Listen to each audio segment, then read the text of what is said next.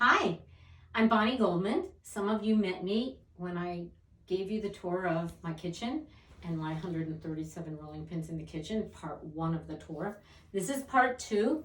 This is the mud room. This is the room that we enter. We enter the house at this room. And so I have fewer rolling pins in here, maybe 60 some, but some cool rolling pins. So we're going to take a very quick tour of the mud room. And the pins in here. I'm going to start in this corner with what are called Harker rolling pins. And if you were observant, I should say, in part one, you heard me talk about the Harker company in Ohio. It started in 1840. Mr. Harker actually came from England and he bought a farm in Ohio and he thought he was going to grow tomatoes and corn or something, and then learned that all his land was just clay. So it turned out he created a pottery, and it turned out that there were many, many potteries in Ohio, many of which made pottery called yellowware. And you did see, again, if you visited me in part one of the video, you saw a yellowware rolling pin, and that was probably from a place like the Harker Rolling Pin Company. Now, Harker Rolling Pin Company existed from 1840 to like 1972, at least over 100 years, or about 100 years, and a lot of their advertising, they said they were the oldest China company in America. So in any event, in about the 30s and 40s, they made rolling pins, many of which you're going to see in just a moment up here. These are pins that had corks on one end. They were meant to be filled with ice water. We talked about that in when you saw some of my kitchen rolling pins, because of course an ice cold rolling pin wouldn't stick to the dough. One of the things they did was advertising on some of their pins. So there is a pin here that has a Kelvinator advertised. So I guess if back then, if you know that there was a Kelvinator refrigerator, which I do know and remember, I guess maybe if you got a Kelvinator refrigerator, they threw in a rolling pin. I have no idea. But a lot of these rolling pins came with matching pieces of china. For example, matching salt and pepper shakers, a matching sugar bowl and creamer, matching bowls, all kinds of things. Up here is a picture of President Lincoln's log cabin. This particular one, this pink one, was made in about 1930, and it's called the Cameo mark. We've got flowers. We've got, it looks like a donkey with a guy wearing a Mexican sombrero. So that's kind of what they look like. There's a few more over the window here. My assistant's going to be turning and showing you. And then I have a few that I can show you up close and personal. So they made this one is called Petty Point, and this is an example of how they made matching things to go with the rolling pins, like this spoon. This one, I'm actually holding it wrong. Looks like a little house made at Petty Point. So this is the Harker rolling pin, again, very popular back around the 30s and the 40s.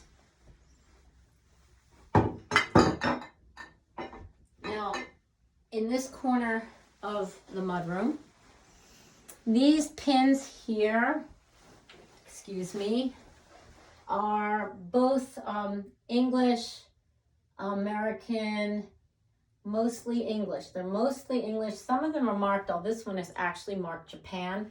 This one's marked English. This one's marked English, English. This one and this one, these are probably American. What I love about this collection is the one on the very top, sort of green plaid rolling pin. That's an English pin. It's got an English mark. And I just thought it was so adorable. I'd never seen anything like it. And then I went to a flea market in Rancocas Woods, New Jersey, and darned if I didn't find that picture, which exactly matches the rolling pin and is made by the same China company. So I just got very excited about that. Now I'm going to show you another really unique rolling pin. This is a Pennsylvania Dutch rolling pin. So obviously they held it at the top and the bottom part rolled. I don't know how old that is. Actually, I meant to do a little Googling of that and forgot to do it to give you a little idea. But maybe if you're interested, you can self-Google. I've got some rolling pins here. I'm not sure about that big long one at the top. It's possible that it's not a rolling pin. Could have been used for a piece of something, but I'm not sure. But it certainly looks really good with my rolling pin collection. But I do have a very cool one made of all different woods up at the top. Very big, heavy pin. And another one over the doorway, which is an English pin, which shows, you know, some flatware, and it's just so adorable. I've never seen anything like it. It's the only one I've ever seen. And the more ordinary pins in this room are probably pins from the 30s, 40s, 50s, and down towards the bottom, maybe the 60s, especially the pink one. Now, who has a pink rolling pin? I do. There's one here which actually has the original writing on it. It has nylon bearings, and it's, you know, it's not in great shape, but the original paper is still on it. And my favorite one, if I can find it, it's from, oh, I've got to find this, I'm sorry. It says shake well before using, and it's from the Friday Night Bridge and Coffee and Cake Club. So all these women signed it, shake well before using, and of course, you've heard about, you know, women using the rolling pin to keep their men in line. But in any event, these are very ordinary rolling pins, nothing special about them, but they're some of the early ones that I collected. And I have probably about a very large number quarantined in the basement. So that's it for the mudroom. I think we've covered everything in the mudroom. That was quick. Thanks so much. That's segment 2 of the rolling pin tour. And maybe we can go on to segment 3. And once again, I'm doing this as a volunteer for the Bordentown Historical Society.